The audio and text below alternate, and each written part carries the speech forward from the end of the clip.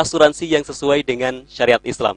Dan alhamdulillah bagi sahabat yang ingin bertanya, insya Allah akan kita buka sesi tanya jawab via telepon, SMS, WhatsApp, dan Facebook di segmen yang kedua nanti, insya Allah. Dan alhamdulillah kita akan sapa terlebih dahulu guru kita Buya Yaya yang alhamdulillah sudah hadir di studio Al-Bahjah TV. Assalamualaikum warahmatullahi wabarakatuh, Buya. Waalaikumsalam warahmatullahi wabarakatuh. Bagaimana kabarnya, Buya? Sehat ya? Alhamdulillah sehat. Dan semoga para pemirsa Al-Bahjah TV dan para pendengar radioku dan para pendengar radio-radio yang merelay radioku dimanapun berada, semoga senantiasa dalam rahmat Allah, lindungan Allah, kemudahan dari Allah Subhanahu wa Ta'ala, dibuka pintu halal dan dijauhkan dari segala keharaman. Amin, amin ya rabbal alamin. Baik Buya, tema kita di pagi hari ini yaitu tentang asuransi di dalam Islam. Dan kita akan mendengarkan mukadimah dari guru kita Buya Yahya tentang asuransi dalam Islam. Silakan Buya. Bismillahirrahmanirrahim. Assalamualaikum warahmatullahi wabarakatuh. Waalaikumsalam warahmatullahi Alhamdulillah, wabarakatuh. salatu wassalamu ala rasulillah Sayyidina Muhammad ibn Abdullah wa ala alihi wa ashabihi wa mu'alah. Allahumma ya rabbana kfina bihalalika an haramika wa aghnina bifadlika amman siwak. Ikfina ya rabbana bihalalika an haramika wa aghnina bifadlika amman siwak. Ikfina ya rabbana bihalalika an haramika wa aghnina bifadlika amman siwak. Amma ba'du. Para pemirsa dan para pendengar dimanapun Anda berada, berbicara tentang asuransi, masalah hukum asuransi sudah sangat jelas dibahas oleh ulama-ulama besar, ulama dunia, yang tidak perlu kita untuk mengulang pembahasan tentang bagaimana hukumnya. Akan tapi kita mencoba untuk mencermati, kemudian untuk menumbuhkan kesadaran kita akan pentingnya kita untuk pentingnya kita untuk sadar akan halal haram di dalam urusan transaksi asuransi khususnya. Masalah asuransi itu adalah masalah takaful atau tolong menolong yang wa ta'awanu 'alal birri wat taqwa, dan Allah sendiri memerintahkan kita untuk tolong menolong dalam kebaikan. Dan asuransi itu hendaknya diadakan memang karena untuk tolong menolong. Ini adalah tujuan pertama dan utama. Kita berbagi dan kita berkumpul untuk sama-sama mengangkat beban atau musibah yang menimpa saudara kita, kekurangan yang dirasakan oleh saudara kita. Jika dipikul bareng terasa ringan, jika dipikul bersama menjadi ringan. Ini adalah kaidah asuransi, seperti itu pada dasarnya. Dan akan tapi memang ada pergeseran niat. Orang asuransi itu adalah untuk keselamatan diri, ini adalah sudah salah dalam niat. Yang semestinya asuransi adalah bagaimana kita ikut andil dalam kelompok ini untuk bisa membantu orang lain. Jika di dalam asuransi nanti adalah akad yang harus diberikan, akad yang terjadi antara pembayar dan lembaga yang menerima adalah akad tabarruk, sesuatu yang sudah diberikan, selesai. Dan aku sudah tidak punya hubungan dengan harta yang aku berikan. Baik, miniatur dari asuransi itu seperti ini, untuk bisa lebih memudahkan pemahaman secara syariat. Kalau asuransi konvensional adalah saya memberi sesuatu untuk mendapatkan sesuatu yang besar, dan waktu saya memberikan ini adalah tidak ada jelas ikatannya. Apakah ini ikatan saya memberikan, namanya tabarruk, atau apa? Tidak ada di sini. Maka dari sisi ini yang tidak syar'i atau konvensional adalah tidak sah. Tidak sah dalam hal ini. Belum lagi pengelolaan dana yang dikumpulkan untuk apa dan bagaimana cara pengambilannya untuk kembali kepada orang yang pernah mengambilnya. Ini sendiri dalam dunia konvensional tidak sama dengan yang ada dalam dunia syariat, dunia Islam. Baik. Yang jelas asuransi adalah miniaturnya begini. Mungkin kita 5 orang, atau mungkin 10 orang, atau mungkin 20 orang, mungkin 100 orang, mungkin 1000 orang, yang kita sudah mengadakan satu kesepakatan bersama masuk dalam anggota ini untuk bisa mengumpulkan uang setiap bulannya adalah 100.000 misalnya. Dan dana ini nanti terkumpul, dikelola oleh suatu lembaga, dan terkumpul untuk apa? Dan terkumpulnya ini nanti untuk digunakan, dikumpulkan dana ini bisa saja diputar atau bisa didiamkan. Intinya kalau diputar nanti uang ini dan hasilnya nanti untuk apa? digunakan untuk membantu siapapun yang butuh dari anggota tersebut. Siapapun yang butuh dari anggota. Akan tapi untuk menghindari kesenjangan atau ketidakadilan, maka kebutuhannya itu nanti biasanya dijelaskan, dibatasi. Misalnya kecelakaan atau sakit atau kematian misalnya. Maka itu ada asuransi kematian, ada ini. Jadi uang yang dikumpulkan tersebut bisa saja dikelola oleh lembaga untuk dikembangkan agar lebih besar lagi, sehingga di saat akan membantu orang-orang yang membutuhkannya bisa lebih maksimal lagi. Nah ini.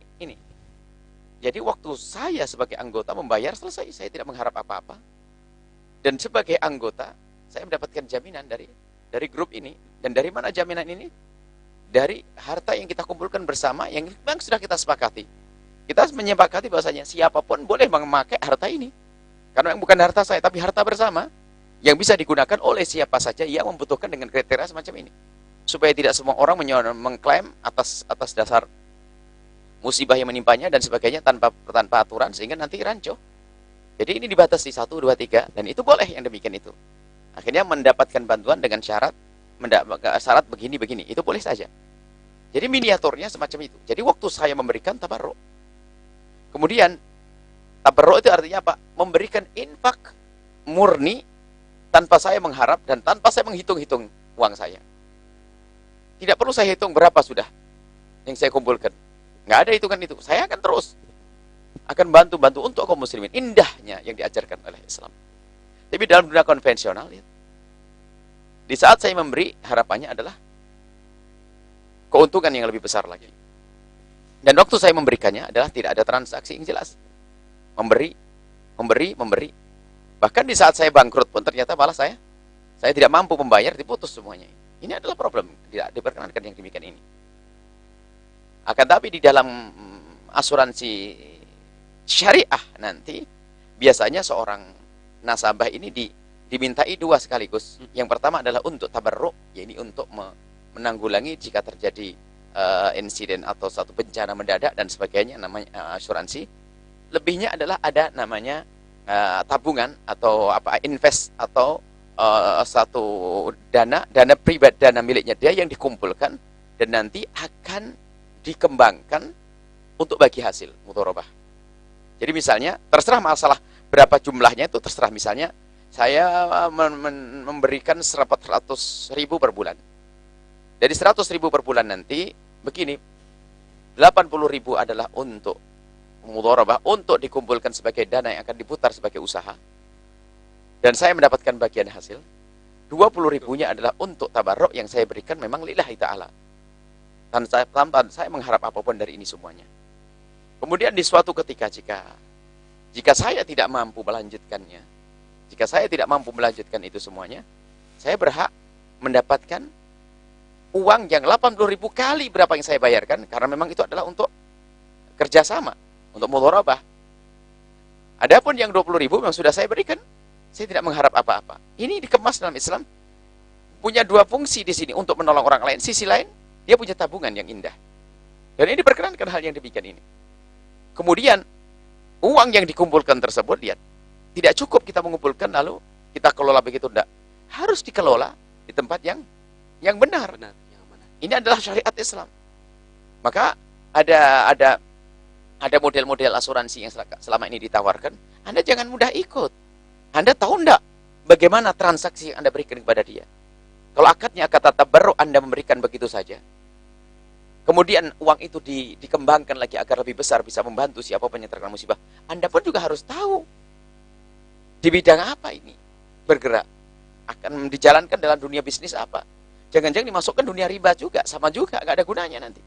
Jadi di sini harus tahu kita. Maka dari pihak perusahaan atau lembaga yang mengumpulkan dana tabarruk, dana asuransi tadi, sekaligus mudharabahnya itu, mereka harus menjelaskan ini akan dijalankan dalam dunia ini dan sebagainya, baik secara global atau secara detail. Intinya seorang yang akan menjadi nasabah ini pun dia tahu bahwasanya uang saya yang tabarruk nanti akan dikumpulkan dan dikelola di bidang yang halal. Kemudian uang tabungan saya, uang saya yang akan saya tanamkan ini adalah akan diputar di dalam dunia yang halal. Maka ini adalah ketenangan. Dan ini sebenarnya sederhana semacam itu. Maka jika Anda mengikuti asuransi syariat ini, Anda punya pahala besar untuk menolong orang lain. Dan hendaknya semacam ini. Tanpa ada ini. Pertama apa? Yaitu harus jelas. Transaksinya harus jelas. Transaksinya adalah saya tabarruk memberi. Dan saya tidak mengharap apapun di saat kembali ini.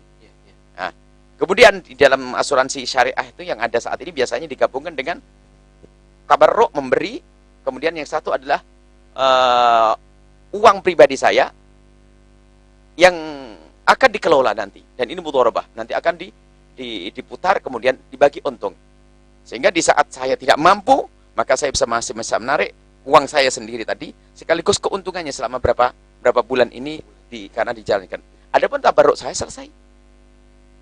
Ini adalah, dan juga karena Allah Subhanahu Wa Taala, bukan karena kita untuk mengklaim mencari kembali. Ini adalah tidak dibenarkan karena tujuan kita menolong dan hendaknya niat kita tata. Dan sekarang ini orang masuk asuransi hanya untuk mengambil, bukan untuk memberi. Asuransi saya untuk memberi karena Allah Subhanahu Wa Taala. Adapun bagaimana masa depan anak dan sebagainya, hendaknya itu adalah pikiran nomor kesekian kalinya. Karena menggantungnya kita kepada Allah Subhanahu Wa Taala. Kemudian kita membayar di asuransi ini dengan niat bahwasanya semoga karena saya membantu orang lain, Allah menolong saya sehingga di anak saya tidak ada musibah, keluarga saya tidak mendapatkan musibah. Dan kalau nanti mendapatkan musibah, itu kan namanya musibah, alhamdulillah kita punya kawan banyak sehingga dibantu dengan model asuransi itu. Jadi semua asuransi yang atas dasar syariat ini hendaknya kita husnudzon, memang dia memenuhi syarat insya Allah. Kalau ada kekurangannya, tugas para ulama untuk menjelaskannya. Dan kami tidak perlu mengeluarkan fatwa dari majelis mulia ini, akan sebab MUI Dewan Syariah Nasional sudah memberikan fatwa yang jelas tentang asuransi. Akan tapi ingat, harus ada rambu-rambunya tersebut, yaitu dana yang kita berikan adalah dana tabarruk, harus jelas akadnya. Dan satu lagi yang harus dipahami, akad itu harus kedua belah pihak. Tidak boleh kita mengatakan akad saya tabarruk tapi dia tidak ngerti tabarruk. Akad saya memberi tapi dia tidak. Ada beberapa transaksi. Jadi dari pihak lembaga yang mengelola itu harus tahu ini uang yang diberikan. Biasa saya memberikan uang ini untuk membantu saudara saya atau asuransi, saya terima selesai. Tapi kalau akadnya tidak jelas, dari pihak sana tidak mengatakan itu. Sebetulnya mengislamkan akad itu mudah. Makanya saya menghimbau kepada selama ini yang dianggap semacam model asuransi, akan tapi belum sempurna jika tidak disempurnakan akadnya. Contoh BPJS. BPJS itu sebenarnya, biarpun saya niat tabarruk, menolong orang, akan tapi dari pihak sana waktu nerimanya tidak. Ini belum sah. Maka sebetulnya dari pihak negara, hendaknya merubah akadnya.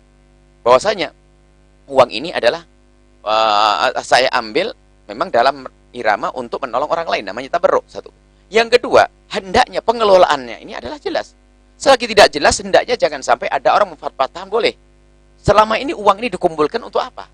Apakah hanya untuk membantu orang atau dijalankan? Dan harus ada kejelasan di sini. Maka dari segi transaksi yang pertama tadi, waktu memberikannya ini selagi belum jelas, maka ini tidak bisa dianggap sebagai sesuatu yang sah. Belum menjadi asuransi yang sah.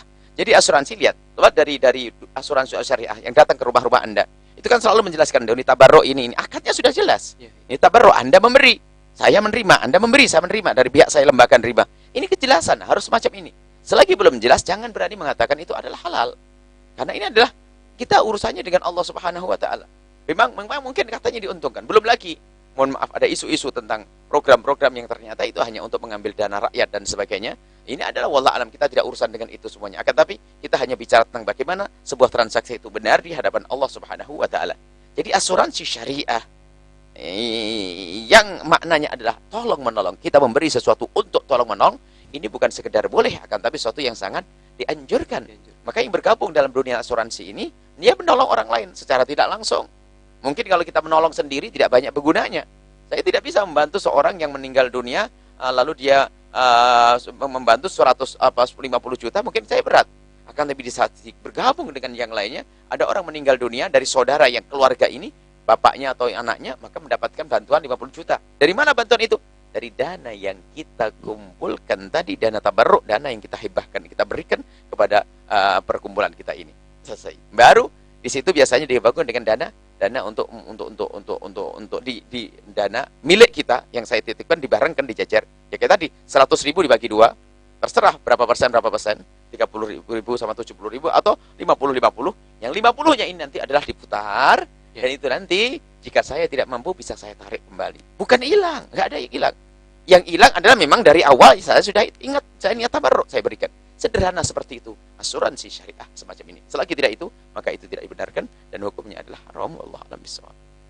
Baik, para pemirsa Al-Bahjah TV juga para pendengar setia radioku dimanapun Anda berada, sudah sangat jelas sekali ya tentang asuransi di dalam Islam. Akan sangat dianjurkan ya, dengan akad yang jelas, litabarro, sahabat.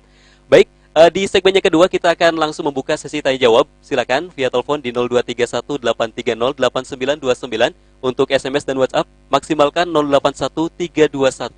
081321461079 ataupun bisa bergabung atau mengirimkan pertanyaan via Facebook ya di Buya Yahya www.facebook.com/buyayahya.albahjah. Jangan kemana-mana, tetap dalam program Ekonomi Syariah setelah beberapa jeda berikut ini. Tetap di Al-Bahjah TV dan radioku, inspirasi spirit hati.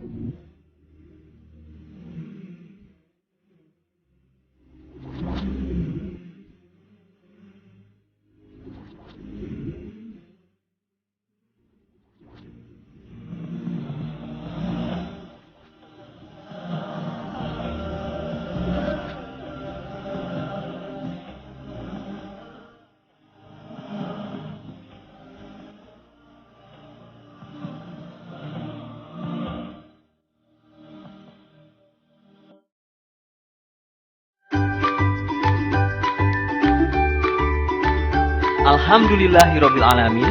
Kabar gembira bagi kaum muslimin wal muslimah. Telah launching aplikasi Android Media Buya Yahya yang dikelola langsung oleh Lembaga Pengembangan Dakwah Al-Bahjah. Dengan aplikasi ini, Anda bisa mengaji di mana saja Anda berada.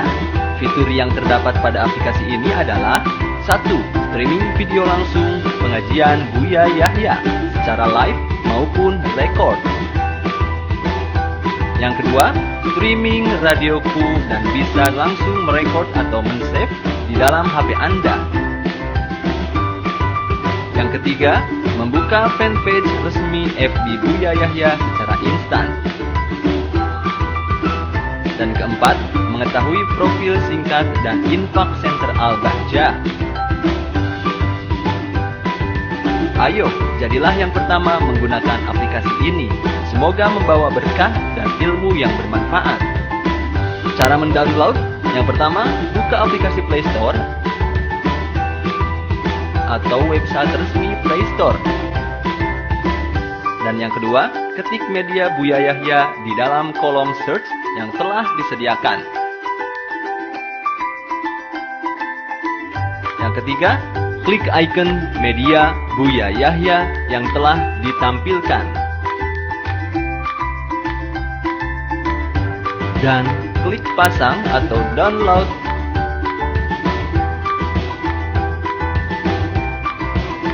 Lalu tunggu proses download sampai dengan selesai. Dan keempat, jangan lupa beri rate atau rating bintang 5.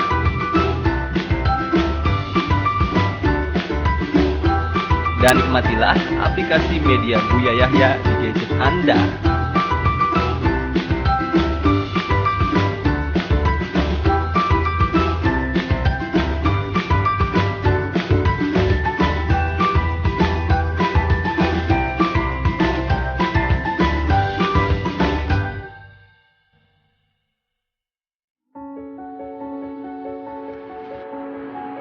Semua dari kita yang merasa umat Rasulullah Shallallahu Alaihi Wasallam harus bisa mengambil bagian dari tugas dakwah.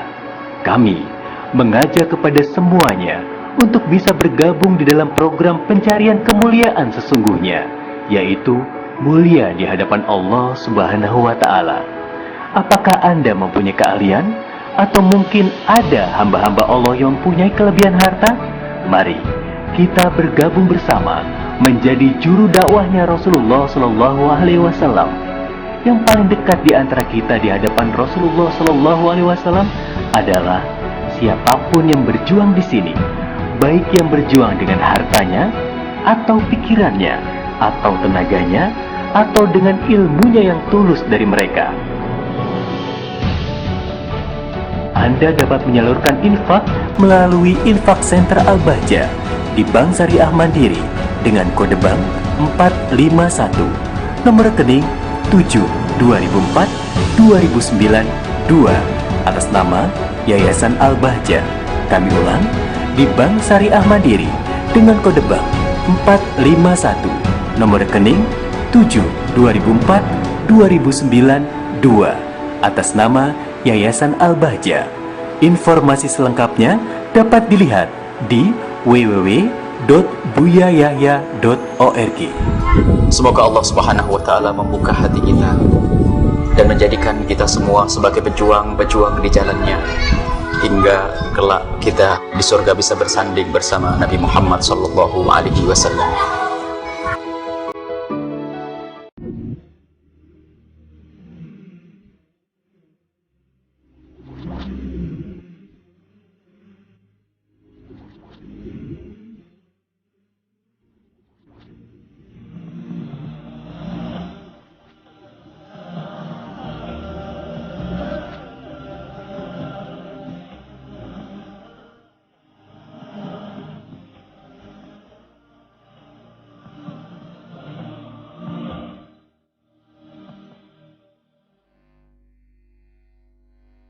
Baik para pemirsa Al-Bahja TV, juga para pendengar setia radioku dimanapun Anda berada, kami ucapkan terima kasih banyak bagi Anda yang masih setia bersama program Ekonomi Syariah. Dan di kesempatan pagi ini tadi sudah dengarkan pembahasan tentang asuransi di dalam Islam ya. Dan baik sahabatku semuanya, kita membuka sesi tanya jawab. Silakan via telepon di 0231 830 8929 ataupun silakan memaksimalkan via SMS dan WhatsApp ya di 081 321461079 ataupun silakan kirimkan pertanyaannya via Facebook di Buya Yahya www.facebook.com/buyayahya.albahja. Baik, kita buka kesempatan pertama bagi Anda yang ingin bertanya via telepon ya. Silakan. Ya, baik. Sambil menunggu pertanyaan dari via telepon ya. Kita ketahui bahwasanya tentang asuransi di dalam Islam, Buya. Apa yang perlu kita ketahui lagi tentang asuransi di dalam Islam dengan fakta yang ada, Buya? Keseriusan yang pertama adalah keseriusan dari pihak pelaksana di dalam berpegang kepada syariat, kepatuhan kepada Dewan Syariah itu sendiri. Ada memang informasi yang kami terima, ada sebagian para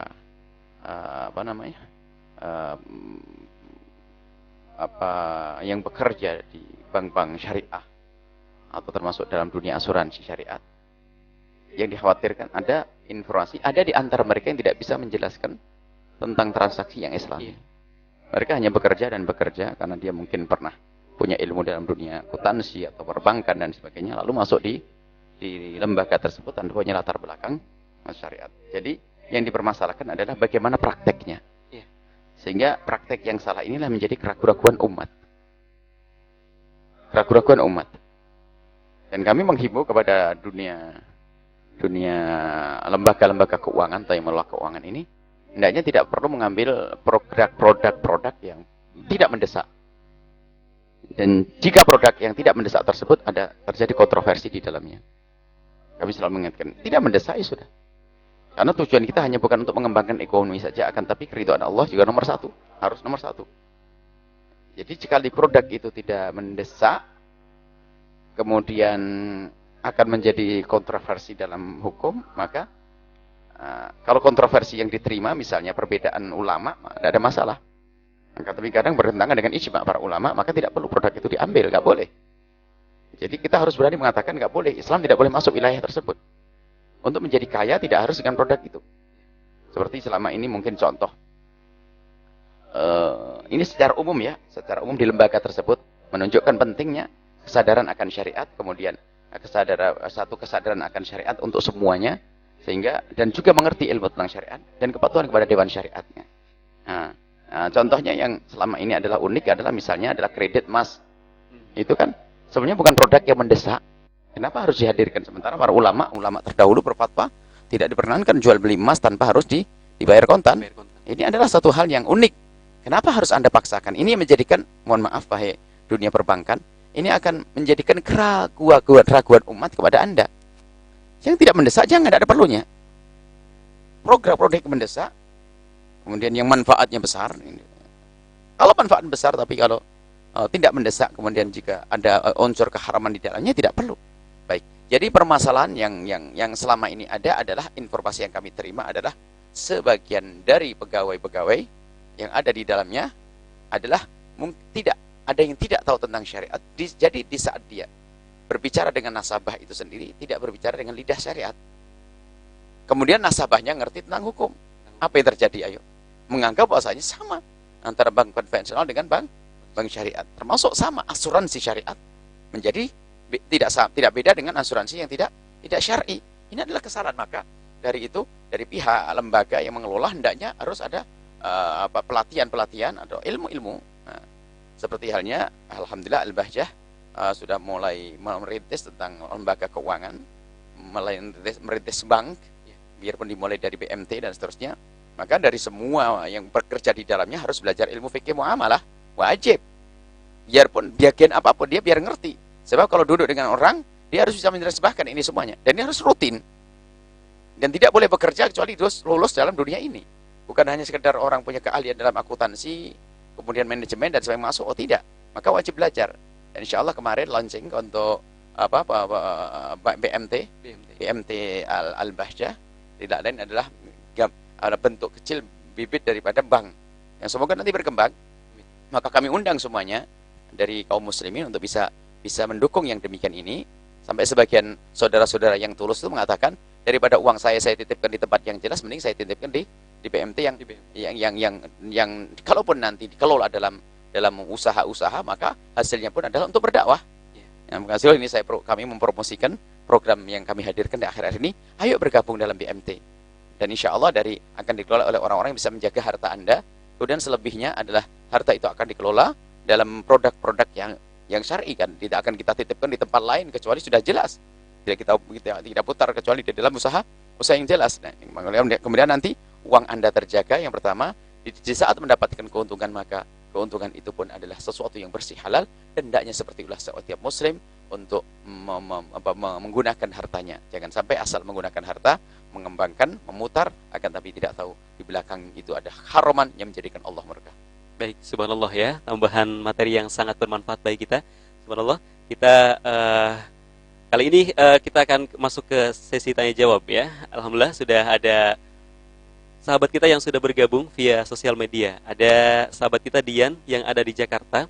Assalamualaikum warahmatullahi wabarakatuh. Waalaikumsalam warahmatullahi wabarakatuh. Ada seorang yang menabrakku dengan mobilnya saat aku mengendarai sepeda motor. Alhamdulillah, sedikit pun aku tidak terluka. Demikian pula sepeda motorku hanya mengalami kerusakan yang ringan.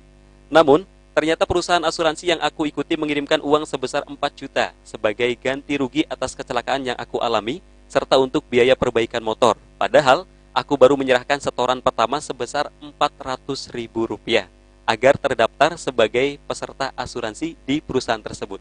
Nah, yang jadi pertanyaan, apa yang harus dilakukannya, Bu ya? Yang pertama adalah, jika yang Anda ikuti adalah asuransi syar'i, maka mereka memang dari lembaga yang mengelola sudah berjanji. Jika Anda mendapatkan musibah tertentu sesuai dengan catatan, maka Anda berhak dibantu. Anda berhak dibantu. Maka itu adalah halal. Anda kecelakaan. Memang di situ adalah kecelakaan. Mungkin ada standarnya kecelakaan ini, tingkatan kecelakaannya. Jadi, dari pihak lembaga yang mengelola memang sudah berjanji untuk membantu siapapun dari anggota yang terkena musibah. Biarpun pembayaran, karena Anda bukan menarik uang Anda. Anda kemarin waktu ikrar, kalau memang itu syar'i, kecuali tidak syar'i. Kalau tidak syar'i pun kadang-kadang mobil nabrak sedikit saja, nggak bisa kalau komplain. Ditambahin jeder begitu, biar tambah gede. Sehingga nanti, ini bukan sesuatu yang syar'i. Maka bersyukurlah jika Anda tidak sakit. Pada dasarnya, Anda tidak komplain kan? Tapi mereka tahu, nah mereka sudah berjanji. Anda tidak komplain adalah Anda benar. Karena apa? Anda tujuannya untuk membantu. Saya membantu orang lain. Sementara saya ditabrak, juga tidak apa-apa. Saya juga nggak sakit dan sebagainya. Tapi dari pihak lembaga, karena sudah berjanji, siapapun dari anggota yang kena musibah tertentu, tidak alasannya apakah orang itu butuh atau tidak butuh. Misalnya, biarpun orang itu orang kaya, maka tetap akan dibantu sesuai dengan kesepakatan. Baik. Sebelum kita melanjutkan pertanyaan berikutnya, kali ini kita menyapa sahabat kita yang sudah bergabung via telepon ya.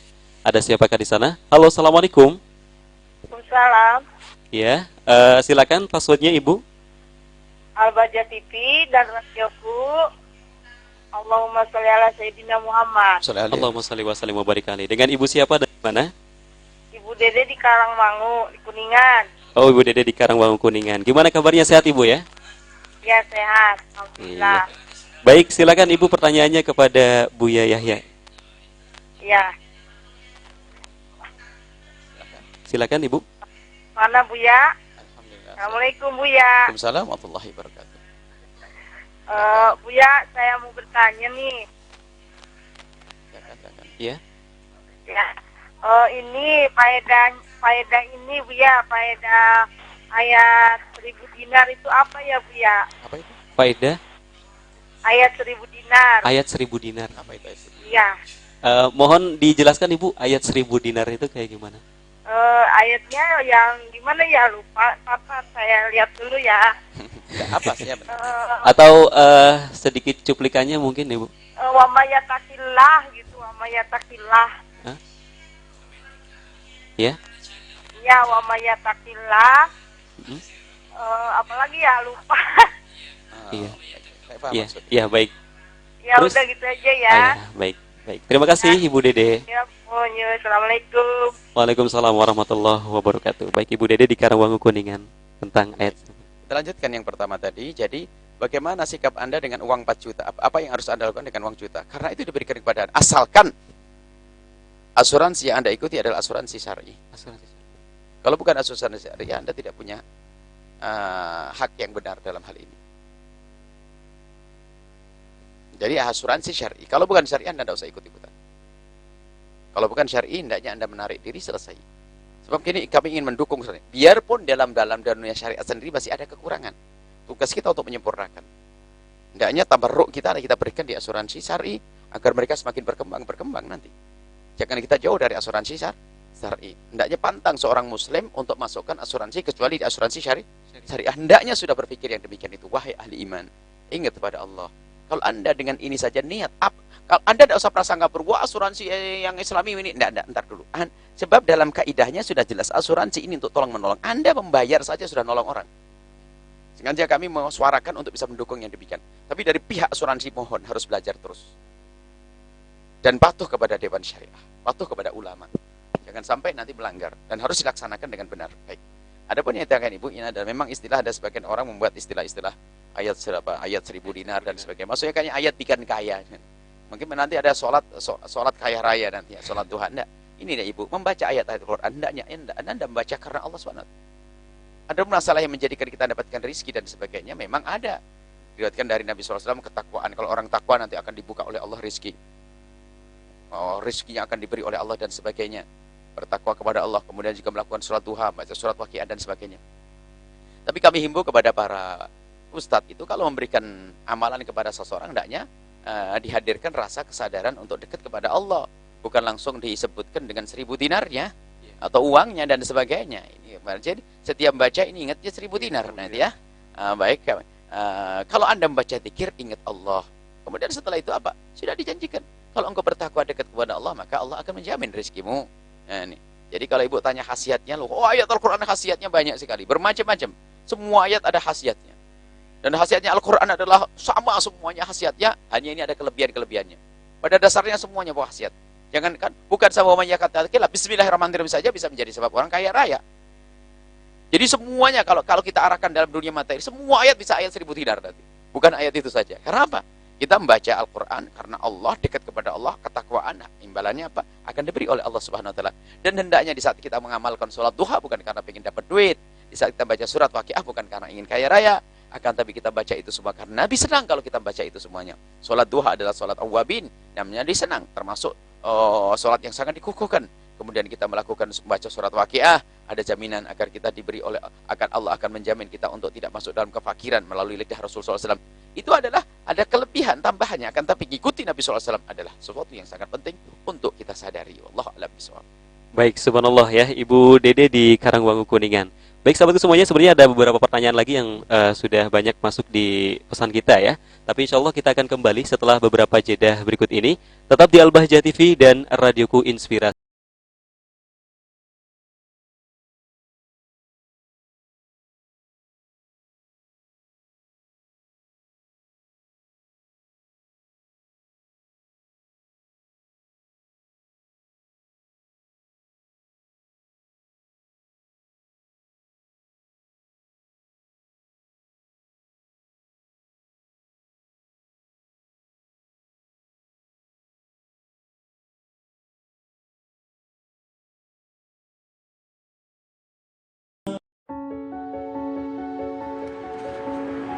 Semua dari kita yang merasa umat Rasulullah Shallallahu Alaihi Wasallam harus bisa mengambil bagian dari tugas dakwah. Kami mengajak kepada semuanya untuk bisa bergabung di dalam program pencarian kemuliaan sesungguhnya, yaitu mulia di hadapan Allah Subhanahu wa Ta'ala. Apakah Anda mempunyai keahlian? Atau mungkin ada hamba-hamba Allah yang mempunyai kelebihan harta? Mari kita bergabung bersama menjadi juru dakwahnya Rasulullah Shallallahu Alaihi Wasallam. Yang paling dekat di antara kita di hadapan Rasulullah Shallallahu Alaihi Wasallam adalah siapapun yang berjuang di sini, baik yang berjuang dengan hartanya, atau pikirannya, atau tenaganya, atau dengan ilmunya yang tulus dari mereka. Anda dapat menyalurkan infak melalui Infak Center Al-Bahjah di Bank Syariah Mandiri dengan kode bank 451, nomor rekening 7/2004/2009/2 atas nama Yayasan Al-Bahjah. Kami ulang, di Bank Syariah Mandiri dengan kode bank 451, nomor rekening 7/2004/2009/2 atas nama Yayasan Al-Bahjah. Informasi selengkapnya dapat dilihat di www.buyayahya.org. Semoga Allah Subhanahu wa Ta'ala membuka hati kita dan menjadikan kita semua sebagai pejuang-pejuang di jalannya, hingga kelak kita di surga bisa bersanding bersama Nabi Muhammad sallallahu alaihi wasallam.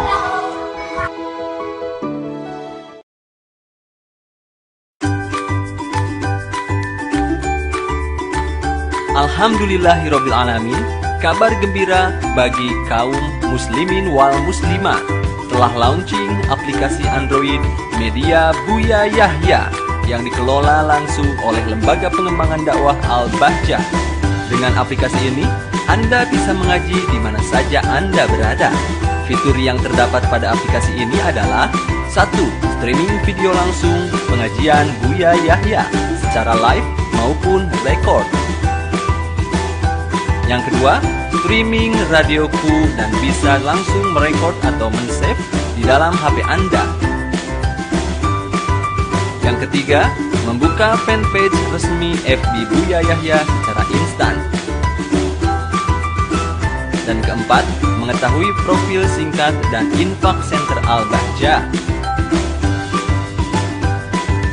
Ayo, jadilah yang pertama menggunakan aplikasi ini. Semoga membawa berkah dan ilmu yang bermanfaat. Cara mendownload: yang pertama, buka aplikasi Play Store atau website resmi Play Store. Dan yang kedua, ketik Media Buya Yahya di dalam kolom search yang telah disediakan.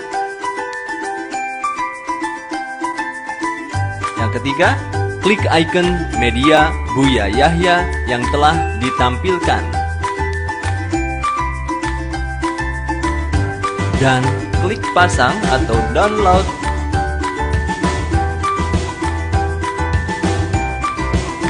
Lalu tunggu proses download sampai dengan selesai. Dan keempat, jangan lupa beri rate atau rating bintang 5.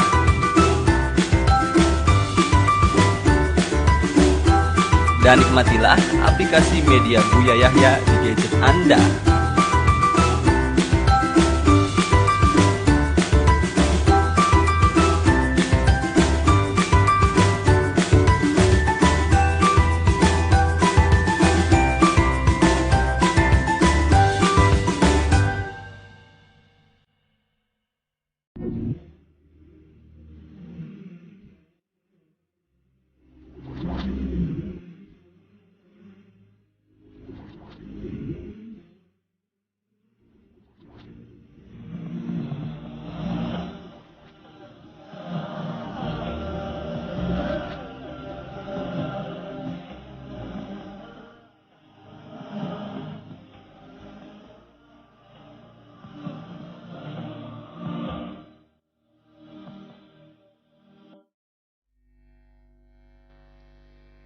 Baik para pemirsa Al-Bahjah TV, juga para pendengar setia radioku dimanapun Anda berada, kami ucapkan terima kasih Anda masih bersama kami dalam program Ekonomi Syariah ya. Sebuah program yang akan memberikan pemahaman kepada kita tentang bagaimana caranya melakukan berbagai macam kegiatan ekonomi tapi sesuai dengan syariat Islam. Karena sahabatku semuanya, subhanallah, Islam tidak hanya mengajarkan dalam hal ubudiyah saja. Islam juga mengajarkan dari segala aspek ya, meliputi juga dalam hal muamalah. Jadi, hal muamalah kita juga harus sesuai dengan syariat Islam. Baik, kami kembali membuka sesi tanya jawab. Silahkan via telepon di 0231 830 8929. Untuk via SMS 081321461079 ya, untuk SMS dan WhatsApp. Kemudian untuk Facebook di Buya Yahya, www.facebook.com/buyayahya.albahja. Silakan, kami kembali membuka beberapa pertanyaan yang sudah masuk. Dan kali ini kita akan menyapa terlebih dahulu sahabat kita yang sudah bergabung via sosial media. Ada sahabat kita Ahmad di Kalimantan. Assalamualaikum warahmatullahi wabarakatuh, Buya. Assalamualaikum warahmatullahi wabarakatuh. Allahumma sholli ala sayyidina Muhammad wa ala ali sayyidina Muhammad. Buya, katanya dulu ayahku bekerja di asuransi konvensional. Beliau berniat berhenti bekerja di asuransi akhir tahun ini.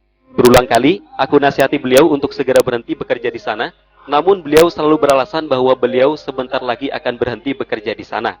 Harta yang didapatkan ayah dari gaji perusahaan asuransi, pada awalnya beliau tabung di bank ribawi. Setelah itu, beliau investasikan di perusahaan kontraktor yang hanya membangun proyek-proyek yang halal. Kemudian, apa status hukum untuk harta ayah tersebut?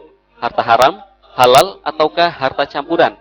Bolehkah aku dan saudara-saudaraku menikmati harta tersebut? Aku sudah bekerja dengan upah yang minim, hanya untuk cukup memenuhi kebutuhan pokok keseharian saja. Ayahlah yang menanggung nafkah kami semua, dan ayah punya keinginan katanya untuk memberikan rumah kepada masing-masing dari kami, anak-anaknya, plus sebagian harta beliau. Dan bolehkah aku menerima rumah dan uang yang akan diberikan oleh ayah atau harus menolaknya? Baik, bismillahirrahmanirrahim. Orang hijrah itu bermacam-macam kekuatan dalam hijrah. Ada orang spontan, ada yang bertahap. Tetapi yang paling terpenting bagi seorang hamba adalah keinsafan. Di saat dikasih tahu itu adalah haram, dia menyadari, nggak berhujjah. Ayah Anda adalah orang baik. Anda menasihati adalah anak yang soleh. Anda anak yang baik, anak soleh. Menginginkan orang tua, usahanya adalah benar. Lalu Anda menasihati agar keluar dari asuransi yang konvensional. Dan ayah Anda sendiri ternyata orang baik. Karena beliau sudah berjanji ingin keluar. Tapi kalau seperti orang tua Anda mengatakan, insya Allah saya akan keluar. Kemudian bagaimana hasilnya selama ini? Orang tua Anda tidak mengerti hukumnya, kecuali setelah Anda kasih tahu. Dan Allah tidak menghisap apapun. Orang yang tidak tahu, namanya tidak tahu. Dan bekerja dengan jerih payah dan sebagainya, serius, lazimi. Kalau dilihat, bagi orang yang tahu adalah bermasalah. Bagi orang yang tidak niat hijrah bermasalah, tapi niat hijrah, Allah maafkan itu semuanya. Paling kalau kita akan mengatakan, kalau langsung haram, hanya ada haram, dia tidak mengerti. Memang ada barang haram, contoh. Kalau ada orang menyodorkan kepada saya, daging yang saya kira adalah daging kambing, atau saya tidak ngerti. Saya masuk kampung, seorang muslim, ternyata saya dikasih sate. Setelah selesai, saya dikasih sate babi. Saya tidak mengerti yang demikian itu. Tidak haram bagi saya. Biarpun zatnya itu adalah haram. Orang tua Anda tidak mengerti. Dan mungkin fatwa tidak jelas dalam hal ini. Orang hanya menolong begitu. Asuransi adalah menolong. Akan tapi, Anda sudahlah tidak usah memberatkan orang dalam bertobat. Yang penting, orang tua Anda segera selesai. Dan Anda jangan masuk dunia itu. Adapun harta yang dikumpul orang tua Anda, insya Allah memaafkan. Atau paling ringannya adalah kita katakan harta syubhat kan bercampur ini itu. Karena orang tua Anda juga bekerja secara serius. Kemudian ini adalah uang yang Anda boleh menerimanya.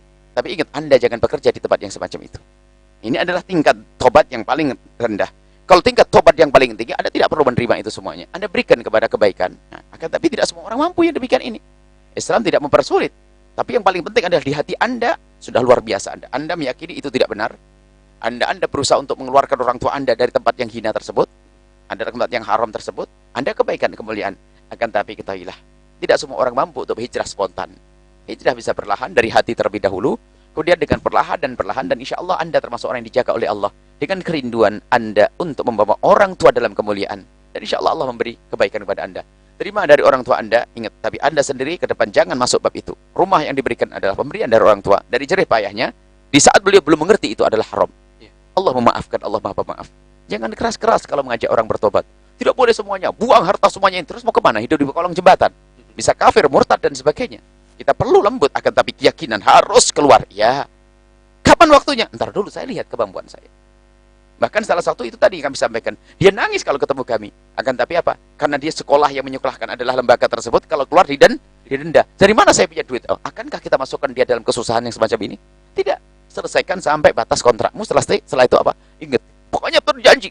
Dan semakin hari semakin yakinlah bahwa ini adalah haram, dan ingat kepada Allah Subhanahu wa taala, minta ampun Allah alam bisawab. Baik, itu ya dari sahabat kita Ahmad di Kalimantan.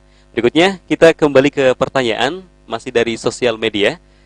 Ada sahabat kita yang ada di Demak, Surya. Assalamualaikum warahmatullahi wabarakatuh. Allahumma sholli ala sayyidina Muhammad wa ala ali sayyidina Muhammad. Asuransi jam sostek atau jaminan hari tua yang biasanya setiap pegawai diikut sertakan oleh perusahaan.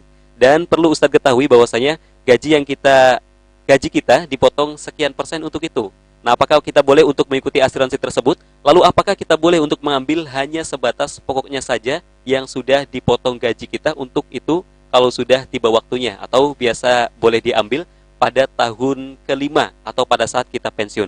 Atau sama sekali tidak boleh diambil uang hasil jam sostek tersebut? Sederhana. Selagi tidak syar'i, Anda jangan ikut-ikutan. Selesai. Selagi tidak syar'i, tidak dikemas dengan syariat, Anda jangan ikut-ikutan. Anda akan dirugikan. Kalau tidak di dunia, nanti rugi di akhirat. Selesai. Karena apa? Jam sostek yang kalau tidak dikemas dengan syar'i, maka tidak syar'i. Bahkan sebelum 5, kadang-kadang kalau tidak sampai 5 tahun tidak mendapatkan apa-apa, hilang semuanya. Naudzubillah. Dipotong dengan gaji. Anda tidak usah ikut. Ikut yang syar'i. Anda usulkan. Anda ikut yang syar'i. Saya ikut asuransi yang syar'i. Maka dikemas dengan syar'i. Selagi tidak syar'i, tidak boleh ikut-ikutan. Selesai. Anda jangan ikutkan, Anda menarik diri, selesai. Gaji Anda tabung saja atau masuk ke dalam asuransi syariat. Setiap dapat gaji 700.000 misalnya, 100.000 masukkan dua asuransi yang syar'i, selesai. Di situ dibagi dua, yang satu adalah untuk penanaman modal dalam bisnis mudharabah, yang sebagian lagi adalah untuk Anda bagikan orang lain, berbagi, indah. Tapi yang tidak syar'i tidak ada ikut-ikutan. Tidak boleh ikut-ikutan. Allah alam bisawab. Baik, sudah jelas sekali ya dari sahabat kita Surya di Demak. Dan kami juga kembali mengundang ya, silakan untuk via telepon 0231-830-8929, via SMS dan WhatsApp di 081-321-461-079, untuk Facebook Buya Yahya, www.facebook.com/buyayahya.albahja. Kita kembali membacakan pertanyaan berikutnya dari sahabat kita Ferry di Bekasi yang bergabung via sosial media. Pemerintah Denmark menggalakkan kepada orang-orang tua agar menabungkan uang sebesar $3.000. Misalnya, ketika anak-anak mereka masih duduk di bangku sekolah dasar atau SD.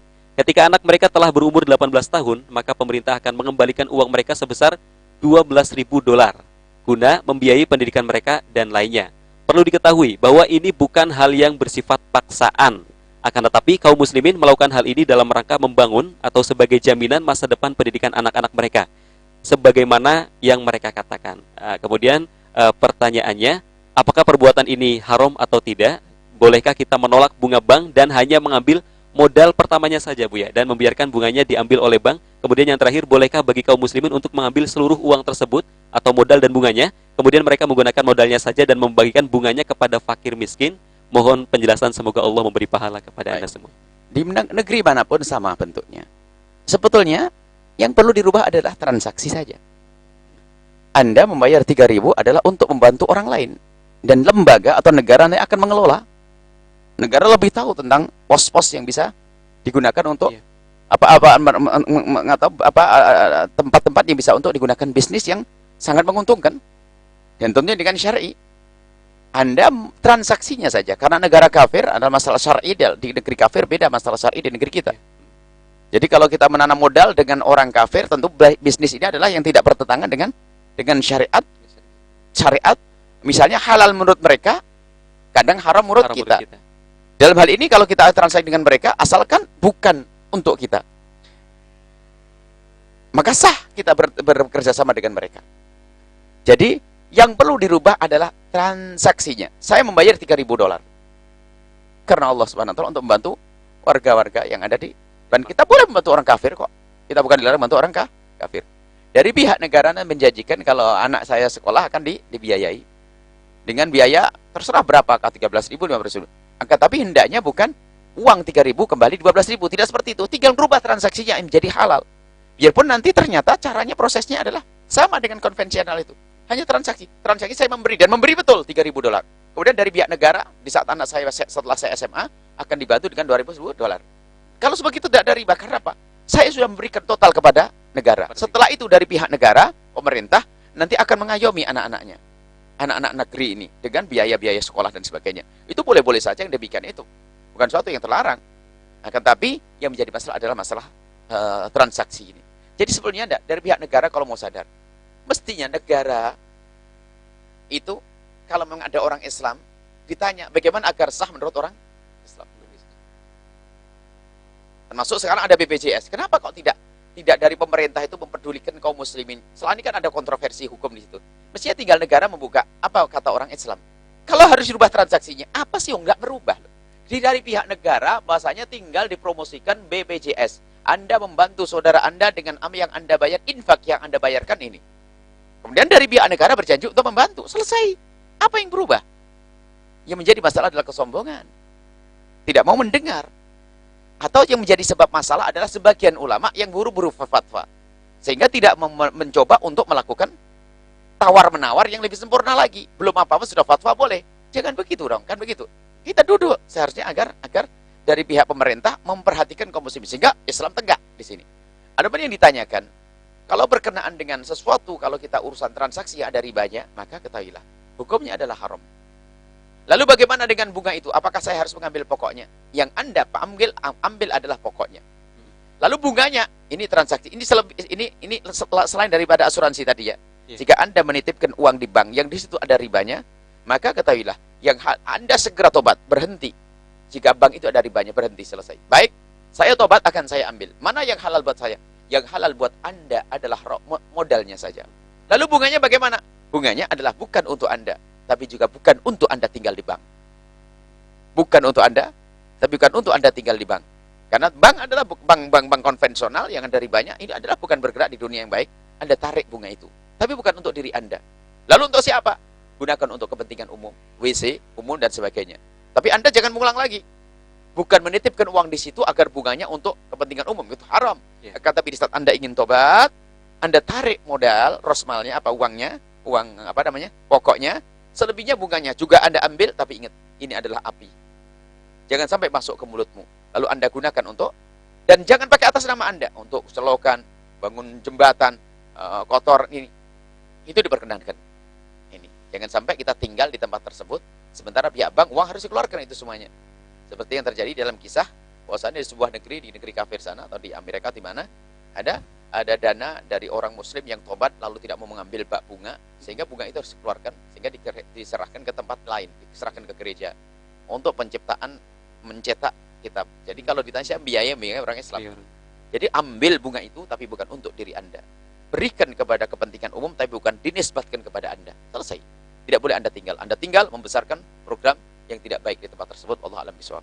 Baik, sahabat kita Ferry di Bekasi ya. Silakan sahabatku semuanya, kita masih punya satu segmen lagi untuk sesi tanya jawab ya, via telepon 02318308929, via SMS 081321461079 ataupun di Facebook Buya Yahya, www.facebook.com/buyayahya.albahjah. Kita akan jeda terlebih dahulu setelah beberapa jeda berikut ini. Tetap di Al-Bahjah TV dan Radioku Inspirasi Spirit Hati.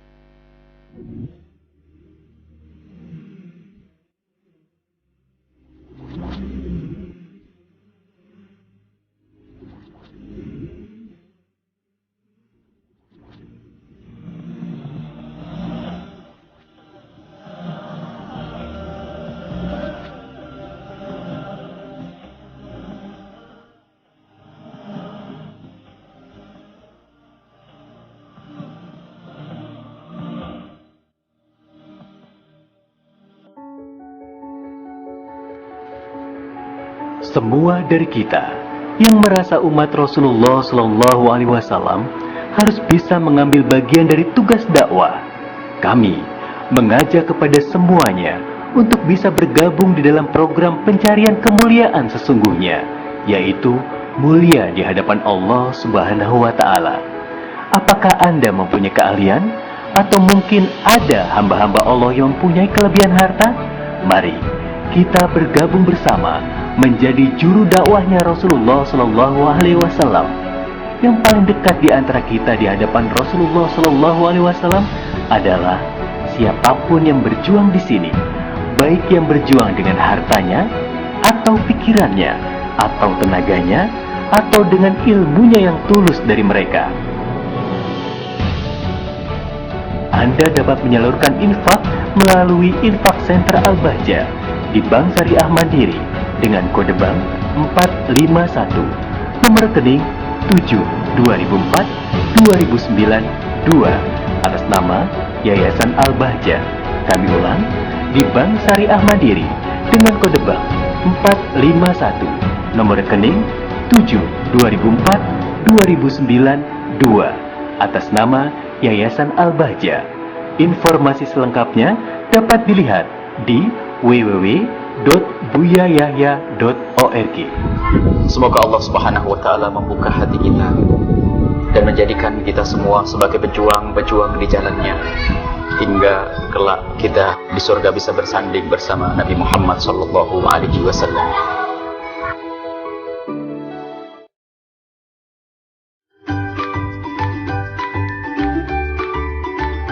Alhamdulillahirrabbilalamin. Kabar gembira bagi kaum muslimin wal muslimah. Telah launching aplikasi Android Media Buya Yahya yang dikelola langsung oleh Lembaga Pengembangan Dakwah Al-Bahjah. Dengan aplikasi ini, Anda bisa mengaji di mana saja Anda berada. Fitur yang terdapat pada aplikasi ini adalah 1. Streaming video langsung pengajian Buya Yahya secara live maupun record. Yang kedua, streaming radioku dan bisa langsung merekod atau men-save di dalam HP Anda. Yang ketiga, membuka fanpage resmi FB Buya Yahya secara instan. Dan keempat, mengetahui profil singkat dan infak center Al-Bahjah. Ayo, jadilah yang pertama menggunakan aplikasi ini. Semoga membawa berkah dan ilmu yang bermanfaat. Cara mendownload, yang pertama, buka aplikasi Play Store atau website resmi Play Store. Dan yang kedua, ketik media Buya Yahya di dalam kolom search yang telah disediakan. Yang ketiga, klik icon media Buya Yahya yang telah ditampilkan. Dan klik pasang atau download.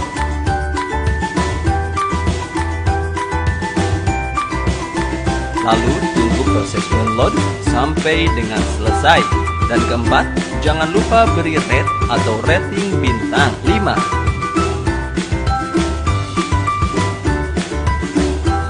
Dan nikmatilah aplikasi media Buya Yahya di gadget Anda.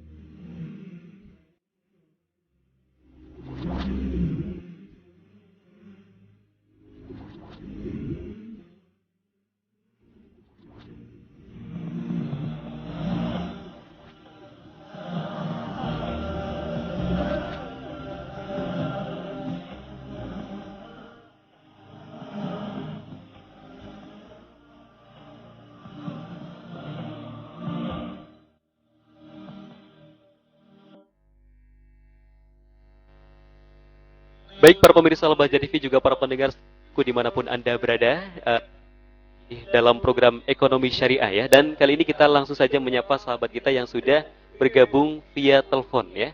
Ada siapakah di sana? Halo, assalamualaikum. Halo, assalamualaikum. Waalaikumsalam warahmatullahi wabarakatuh. Silakan passwordnya Bapak. Al-Bahjah TV dan Radio Allahumma sholli ala Muhammad. Allahumma sholli wa sallim wa barik alaihi. Dengan Bapak siapa dan di mana? Ya, Tio di Tangerang. Afwan, dengan Bapak siapa? Halo? Bapak Tio. Bapak Tio di Petanggerang ya? Ya, Tio di Tangerang. Ya, baik. Gimana kabarnya? Sehat Bapak ya? Alhamdulillah. Alhamdulillahirabbil alamin. Di Tangerang mendengarkan via apa Bapak? Streaming ya? Enggak gitu. Dia langsung telepon dia, Pak. Oh ya, silakan. Iya. Pertanyaannya Bapak Pio. Ya, Assalamualaikum Buya. Waalaikumsalam Assalamualaikum warahmatullahi wabarakatuh. Saya mau bertanya Buya. Ya, nampaknya ada sedikit gangguan sinyal ya, sehingga Bapak Pio di Tangerang mohon maaf terputus. Silakan bisa dicoba kembali di 0231830899 pun bisa via SMS ya ataupun WhatsApp 79 via Facebook Buya Yahya www.facebook.com/buyayahya.albahjah. Baik, sambil menunggu telepon yang masuk kembali, kali ini kita akan menyapa sahabat kita yang sudah bergabung via sosial media. Ada sahabat kita Solihin, Bapak Solihin di Gresik. Assalamualaikum warahmatullahi wabarakatuh. Waalaikumsalam. Bismillahirrahmanirrahim. Buya katanya, anak ingin menanyakan tentang hukum membayar denda dari pajak kendaraan karena telat membayarnya. Telat dikarenakan kondisi keuangan yang belum ada. Bagaimana hukumnya denda pajak tersebut? Apakah halal bagi si pembayar dan si penanggung pajak? Silakan, Buya. Baik, kita bicara tentang denda. Kalau pajak ini adalah urusan sendiri. Pajak dalam Islam tidak ada, yang ada adalah zakat. Bagi orang dalam Islam ada namanya jizyah. Dan antara zakat dengan jizyah adalah kewajiban. Bagi orang selain muslim tidak wajib zakat, tapi wajib bayar jizyah untuk tegaknya negara. Bagi kaum muslim bayar zakat, selesai. Tidak ada istilahnya pajak. Baik. Akan tapi masalah denda secara umum, mohon maaf ini denda ini mungkin pahit didengar oleh sebagian orang. Karena banyak pondok pesantren sekalipun lupa tentang urusan denda. Mendenda, menghukum dengan denda, hukumnya adalah haram. Disepakati para ulama dan sangat jelas. Akan tapi ada sebagian orang, kalau melanggar didenda dan didenda adalah haram. Bahkan kalau didenda ini kadang-kadang malah mengundang keberanian untuk melanggar. Mentang-mentang dia punya duit. Atau dari pihak penegak hukum pun dijadi kesempatan wadah untuk menggalang dana ini. Semakin banyak melanggar, semakin banyak duit yang masuk. Dan memang tidak dibenarkan. Bahkan kadang ini pondok pesantren, mohon maaf. Kadang pondok pesantren denda santri terlambat didenda. Gimana ini? Ini pelanggaran syariat. Ijma' ulama. Coba Anda baca. Kalau dalam kisah Sayyidina Umar bin Khattab menggulingkan susu, bukan diambil. Ada orang menggulingkan khamr yang dijual belikan oleh Sayyidina Umar digulingkan. Orang Islam jual khamr tidak boleh. Bukan diambil. Bukan denda. Jadi denda itu haram. Menghukum dengan denda adalah haram. Sekarang contoh ketertiban lalu lintas. Karena denda, maka banyak melanggar kan? Coba orang yang tidak punya SIM masuk penjara 3 hari. Semuanya pengen punya SIM. Ya. Jadi ini adalah coba penegakan syariah dalam Islam itu adalah indah. Kalau pengen agar orang tidak melanggar adalah ada aturan hukuman-hukuman yang jelas, takzir dalam Islam. Tapi tidak boleh dengan uang. Mohon maaf, ini mohon disosialisasikan. Menghukum dengan mendenda hukumnya adalah haram. Hukuman dengan denda al-uqubah bil amwal haram. Adapun misalnya ada orang nggak bayar zakat lalu diambil semuanya, ini bukan hukuman mengambil hartanya. Ya, akan tapi sesuai dengan jatahnya. Kemudian masalah fidyah. Itu adalah hukuman yang sudah ditetapkan dalam syariat. Seperti itu. Bukan orang melanggar dihukum dengan denda. Misalnya saya tidak berpuasa ini. Ini adalah subhah. Ada orang mencampur adukkan pemahaman. Sehingga katanya apa? Boleh menghukum dengan denda. Contohnya apa? Kalau kita tidak puasa Ramadan harus bayar kafarah dan sebagainya. Orang ini, oh bukan, ini pembahasannya beda. Jangan tanya kepada saya. Tanyakan kepada ulama kalau Anda tidak. Saya menukil omongan ulama. Tanya, wahai para asatid, mohon maaf. Wahai para asatid. Ini karena banyak di pondok-pondok yang disayangkan ini. Anda tanya kepada ulama-ulama yang berpegang dengan syariat Nabi SAW. 4 madhab mengatakan haram menghukum dengan denda. Mohon maaf sedikit keras kami sampaikan. Karena apa? Ini kenyataan yang harus kami sampaikan. Pahit. Pondok kadang-kadang santri terlambat, bayar semen, bayar ini. Haram hukumnya. Allahu a'lam bishawab. Saya hanya nukil fatwa orang. Jangan didisbatkan kepada saya. Kami nukil fatwa ulama. 4 madhab. Ijma'. Selesai. Adapun ada sebagian orang yang dinisbatkan kepada orang yang hidup di abad ke-7, ini adalah kepleset dalam hukum. Katanya menukil dari Imam Malik. Imam Malik tidak mengatakan semacam itu. Tidak ada. Anda lacak hukum ini. Jadi menghukum dengan denda adalah haram, disepakati. Dan ini menjerumuskan, wallahu a'lam bishawab. Baik, terima kasih Bapak Solihin di Gresik ya sudah bergabung bersama kami dalam program Ekonomi Syariah. Kemudian kita berlanjut ke pertanyaan berikutnya dari sahabat kita di Kuningan, Riki. Assalamualaikum warahmatullahi wabarakatuh. Waalaikumsalam warahmatullahi wabarakatuh. Ada pertanyaan menggelitik ketika saya mendengar teman saya mengatakan, Bu ya, kalau pinjam bank haram, lantas bagaimana orang miskin akan mengembangkan usaha? Apakah berarti orang miskin harus tetap miskin hidupnya karena tidak punya modal? Subhanallah. Kalau Anda ingin mengentaskan orang miskin, pinjami tanpa ada bunga. Anda menolong yang sesungguhnya. benar. Kenapa Anda susah malah? Malah Anda mencegah orang miskin.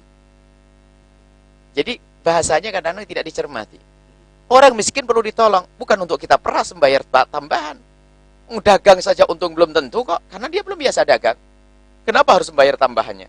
Sehingga di dalam Islam peminjaman ini hendaknya murni karena Allah Subhanahu wa taala. Dulu kan adanya bank konvensional. Ya, kenapa? Karena bank syariat belum kita bangun secara maksimal. Sebab apa? Umat Islam masih di konvensional. Ini. Orang umat Islam masih bank konvensional. Jadi jangan disalahkan Islam. Islam mengajarkan yang indah. Coba, mana yang Anda pilih? Pinjam dengan bunga atau pinjam lillahi ta'ala? Ini. Pertanyaannya di mana tempatnya? Kan begitu biasanya. Tempatnya karena kita belum membangun tempat itu. Karena apa? Sudah diajarkan dalam Islam. Tapi kita tidak membangun. Karena apa? Kita lebih membangun sesuatu yang tidak syar'i, bank konvensional. Kadang-kadang kita menyalahkannya, salah menyalahkannya. Coba kita membuat, sekarang kita buat BMT misalnya. Nanti ada orang yang memang betul tidak mampu. Dicermati. Orang tidak mampu. Kalau kita ke negara Islam, negara yang serius, dikemas dengan negara Islam, ada dana zakat dan sebagainya. Kalau ada orang fakir secara sesungguhnya, tidak perlu pinjam, mendapat hak zakat. Ayo, kurang apa ayo dalam Islam? Membayar kurang zakat. Terlalu banyak yang fakir, kan begitu. Terlalu banyak yang fakir, baik. Masih bisa digalang dengan cara yang syar'i. Tidak harus kita melakukan melalui cara bank konvensional. Intinya begini, wahai ahli iman. Kalau kita ingin membangun program Islam, Anda jangan sampai lupa. Hendaknya kita mendukung. Makanya kami seru kepada orang-orang yang punya dana, hendaknya sudah dialihkan kepada dunia syariat. Supaya apa? Bank syariat berbangun. Sekarang kaum muslimin di mana-mana meletakkan di dunia konvensional. Yang maju adalah bank konvensional. Karena dana yang kita titipkan di situ pun akan dikelola sehingga akan membesarkan itu tempat. Khususnya misalnya ini, sekarang BMT Al-Bahjah dibuat. Kami himbau Anda untuk bisa berkiprah di sini. Untuk bisa mengembangkan. Bahkan mungkin di antara saudara-saudari ini ada yang punya bisnis besar yang bisa disontek dana dengan ini untuk bisa pengembangan modal tersebut. Ini kerjasama yang baik. Dan tujuannya adalah untuk siapa tujuannya? Untuk menolong semuanya. Baru nanti ada dana zakat, tabaruk dan sebagainya. Mungkin siapa yang akan mendapatkannya? Orang fakir. Orang fakir pun harus ada saksi. Tidak semuanya. Di dalam dunia perbankan pinjam pun pakai apa namanya? Jaminan kan? Iya. Jaminan itu atau apa? Untuk menyelamatkan apa? Dana yang dipinjam. Dana yang dipinjam. Sama di dalam dunia syariah pun sama, bangsa syariah pun. Misalnya peminjaman hendaknya ada jaminan. Tapi lebih dari itu Islam, kalau memang orang terbukti misalnya dari pihak negara, dari pihak pemerintah mengatakan dia fakir, nanti berhak mendapatkan dana zakat atau yang lainnya. Jadi jangan sampai bahasa itu adalah bahasa yang dipelintir, pertanyaan yang dipelintir untuk merendahkan syariat. Yeah. Ini memang bahasanya menarik, indah yang kalau orang kalau pinggang bank tidak boleh, lalu orang fakir bagaimana? Orang fakir perlu ditolong, jangan suruh pinjam di bank. Lalu siapa yang menolong? Lah Anda dan semuanya kaum muslimin. Tidak usah repot pinjam di bank. Sudah pinjam bayar lagi, belum untung harus bayar nambah lagi. Baik. Baik. Pertanyaan berikutnya, kita masih punya waktu sekitar 2 menit lagi ya, kesempatan sahabat untuk bertanya. Ada sahabat kita di Purworejo, Taufik, yang bergabung via sosial media. Assalamualaikum warahmatullahi wabarakatuh. Waalaikumsalam warahmatullahi wabarakatuh. Bolehkah meminta syarat jaminan keamanan modal dalam akad mudharabah? Sehingga ketika proyek usaha gagal, dia wajib mengembalikan modal dan keuntungan yang pernah didapat. Semoga Allah memberi taufik. Silakan. Mudharabah bagaimana? Mudharabah harus tahu. Mudharabah tidak punya kewajiban membalikan. Ya. Kalau di sini pertanyaannya, baik, paham. Ya. Artinya apa? Jaminan ini segini loh. Kalau saya menanam modal, atau saya kerjasama, atau orang menjalankan kerjaan, ada orang, Anda punya kerjaan, Anda punya tenaga, saya punya duit. Maka modal Anda adalah tenaga, modal saya adalah uang. Di saat tidak berhasil, maka Anda rugi tenaga, saya rugi uang. Ya. Bukan berarti Anda harus membayar kepada saya. Nah, tidak seperti itu. Jadi kalau saya mudharabah, menanamkan modal kepada seseorang, maka ini kerjasama. Anda rugi dengan, kalau sama-sama rugi, maka Anda rugi uang, yang satu rugi tenaga. Nggak perlu jaminannya untuk apa? Kan begitu. Ya. Karena ini bukan bangkrut masih suruh membayar. Maka di sini ini indahnya di dalam Islam. Indahnya di dalam Islam tidak ada. Maka selama ini coba, kalau kita titip modal kepada satu orang, setiap bulan harus memberi gaji berapa persen, memberi apa? Untung berapa persen. Padahal belum tentu untung. Tidak diperkenankan. Maka dari dalam kerjasama nanti, kalau misalnya mudharabah, nanti dari untungnya Iya. dibagi berapa persen, bukan dari modal. Kalau tidak ada untungnya tidak mendapatkan semuanya. Rugi dong. Loh, yang kerja juga rugi kok. Maka dari itu dari awal sudah harus didasari dengan kita menitipkan di tempat yang benar. Orang yang bisa dipercaya, modalnya kepercayaan di sini. Yang perlu jaminan adalah utang piutang. Utang piutang karena utang harus dikembalikan. Selesai. Allah alam bisawab. Baik, subhanallah ya, dari Purworejo sahabat kita Taufik. Baik sahabatku semuanya, kita sudah berada di penghujung acara. Artinya kali ini kita akan mendengarkan langsung kesimpulan dari materi yang dari awal dipaparkan oleh guru kita bersama Buya Yahya. Silakan Buya, kesimpulan. Baik, mari kita sadar untuk bersyariat. Sadar syariat itu penting. Sadar kepada Allah. Sehingga kalau kita sadar syariat, langkah-langkah kita akan mempunyai makna zikir kepada Allah. Kita mau urusan dana, ingat Allah, zikir. Berbisnis, pengen yang halal bersih, ingat Allah, zikir. Begitu indahnya orang yang selalu ingat Allah. Transaksinya bersih, hartanya berkah, membawa kemaslahatan di dunia dan di akhirat. Alangkah bahagianya hamba-hamba yang semacam ini. Tapi kunci dari ini semua adalah insaf. Jika sudah kita mendengar itu adalah haram, hendaknya kita jauhi. Kita mencari yang halal. Kita bukan mencari murka Allah, kita mencari ridha Allah Subhanahu wa taala. Ini saja insyaallah. Mari, dan kami ingatkan bahwasanya dari Bank Al-Bahjah sudah memulai bank BMT-nya. Dimulai hari ini sudah mulai operasional. Yang punya pengalaman, ilmunya, mari berbagi. Yang punya dana, mari berbagi. Yang membutuhkan barangkali, yang punya keahlian, Anda bisa datang nanti seperti apa programnya, prosesnya. Mari kita besarkan ini BMT. Dan dengan cita-cita nanti bisa menjadi sebuah bank syariat yang besar. Bisa mengalahkan yang lainnya. Kalau cita-cita yang gede. Dan siapa yang mendukung? Yang mendukung adalah Anda yang mendengar suara ini, Anda yang menyaksikan acara ini. Ini saja, mari. Mari kita tubuh dan doa. Bismillahirrahmanirrahim. Alhamdulillahirrahmanirrahim. Allahumma salli ala Sayyidina Muhammad wa ala Sayyidina Muhammad. Ya Allah, berikan keinsafan di hati kami. Jauhkan kami dari segala yang haram Kau haramkan. Mudahkan kami untuk mendapatkan yang halal. Muliakan kami di dunia dan di akhirat, ya Allah. Jaga kami dari rezeki yang halal, yang haram, ya Allah. Jauhkan kami dari rezeki yang haram. Mudahkan kami untuk mendapatkan yang halal. Ya Allah, ampuni kami, ampuni orang tua kami dan guru-guru kami, ya Allah. Berkailah media ini, berkailah acara ini, berkailah semua yang menyaksikan dan yang mendengar dan yang hadir di sini. Dan kami mohon, ya Allah, kumpulkan kami di tempat yang mulia Kau ridhoi, di dunia dan di akhirat. Dan kami mohon panjangkan umur kami dalam ketaatan serta sehat walafiat. Berikan kepada kami semua husnul khotimah. Dan kami mohon siapapun, ya Allah, yang masih berada di kubang keharaman, masuk dalam dunia riba atau transaksi yang haram, kami mohon berikan kesadarannya. Mudahkan mereka untuk hijrah, untuk menuju hijrah, menuju transaksi yang halal, bersih, lebih berkah, lebih banyak, lebih manfaat untuk umat di dunia dan di akhirat. Berikan kepada kami semua husnul khotimah, mati dalam keadaan iman. Dan kami mohon, ya Allah, jadikan ucapan kami di akhir hayat kami kelak, saat Engkau hendak mencabut nyawa kami. Kami ingin saat itu, ya Allah, hati dan lidah kami mampu mengucapkan kalimat agung dan mulia, la ilaha illallah Muhammad Rasulullah, la ilaha illallah Muhammad Rasulullah, la ilaha illallah Muhammad Rasulullah sallallahu alaihi wasallam. Rabbana atina fid dunya hasanah wa fil akhirati hasanah wa qina adzabannar. Wa sallallahu ala sayyidina Muhammadin wa alihi wasallam. Walhamdulillahirabbil alamin. Al-Fatihah. A'udzu billahi minasyaitonir rajim. Bismillahirrahmanirrahim. Alhamdulillahirabbil alamin arrahmanir rahim maliki yaumiddin. Iyyaka na'budu wa iyyaka nasta'in. Ihdinas siratal mustaqim. Siratal ladzina an'amta 'alaihim ghairil maghdubi 'alaihim waladdallin. Baik, kami ucapkan terima kasih kepada guru kita Buya Yahya yang sudah berbagi di pagi hari ini, dan semoga kita diberikan pemahaman yang baik dan benar oleh Allah Subhanahu wa taala. Amin ya rabbal alamin. Baik, kami juga mengucapkan terima kasih banyak kepada para pendengar setia radioku dimanapun Anda berada.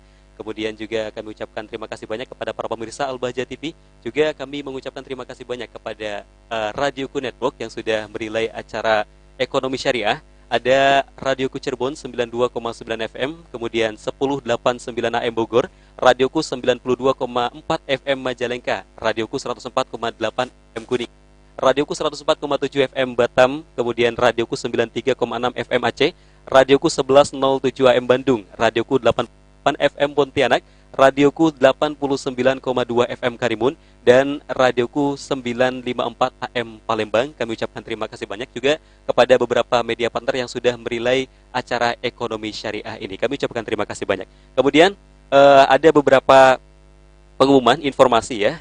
Yang pertama, Majlis Al-Bahjah Kuningan bersama guru kita Buya Yahya rutin setiap Jumat malam Sabtu pekan keempat. Jumat malam Sabtu yang akan datang ya, pukul 20 waktu Indonesia Barat. atau di tanggal 17 Jumadil Akhir 1437 Hijriah yang bertepatan di hari yang ke-25 dari bulan Maret 2016 di Masjid Syiarul Islam Alun-Alun Kota Kuningan. Kemudian informasi yang kedua, Majelis Muslimah Kuningan bersama Umi Fairuz rutin setiap Sabtu pekan keempat. Sabtu yang akan datang yaitu pukul 15:30 waktu Indonesia Barat pada tanggal 17 Jumadil Akhir 1437 Hijriah atau 26 Maret 2016 yang bertempat di Masjid Syiarul Islam Kuningan. Kemudian Majelis Muslimah bersama Umi Fairuz Ahad yang akan datang pukul 13.00 waktu Indonesia Barat di Pondok Pesantren Al-Bahjah. Kemudian Majelis Khusus Remaja Putri Kamis yang akan datang pukul 15:30 waktu Indonesia Barat di Ruang Madya Islamic Center Cirebon. Kemudian Majelis Dzikir dan Tausiah Al-Bahjah nanti malam ya, atau Senin malam Selasa pukul 20 waktu Indonesia Barat di Masjid As-Salafiyah, Desa Cirebon Girang, Kecamatan Talun, Cirebon. Dan informasi berikutnya, pendaftaran santri Al-Bahjah kelas tafakuh ya. Silakan. Gelombang pertama dibuka pada tanggal 21 Jumadil Awal sampai dengan 22 Jumadil Akhir 1437 Hijriah atau 1 Maret sampai dengan 30 April 2016. Untuk gelombang kedua, silakan 1 Rajab sampai dengan akhir Ramadan 1437 Hijriah. Dan kami juga memohon doa ya untuk kelengkapan Al-Bahjah TV yang saat ini sedang diperlukan, yaitu nominal uangnya sekitar 60 juta. Baik pemirsa dan para pendengar Untuk dimanapun pembelian Anda berada. alat-alat yang kurang. Iya, untuk pembelian kelengkapan alat-alat yang harus dilengkapi ya. Baik, kami ucapkan terima kasih banyak kepada para pendengar setia radioku dimanapun Anda berada yang sudah setia bersama program Ekonomi Syariah. Saya Farhanawi selaku MC, selaku presenter di pagi hari ini. Mohon maaf atas segala kekurangan dan mohon maklum atas segala kekurangan. Kita tutup dengan doa kafaratul majlis. Subhanakallahumma wa bihamdika asyhadu an la ilaha illa anta astaghfiruka wa atubu ilaik. Akhirul kalam. Wassalamualaikum warahmatullahi wabarakatuh. Assalamualaikum.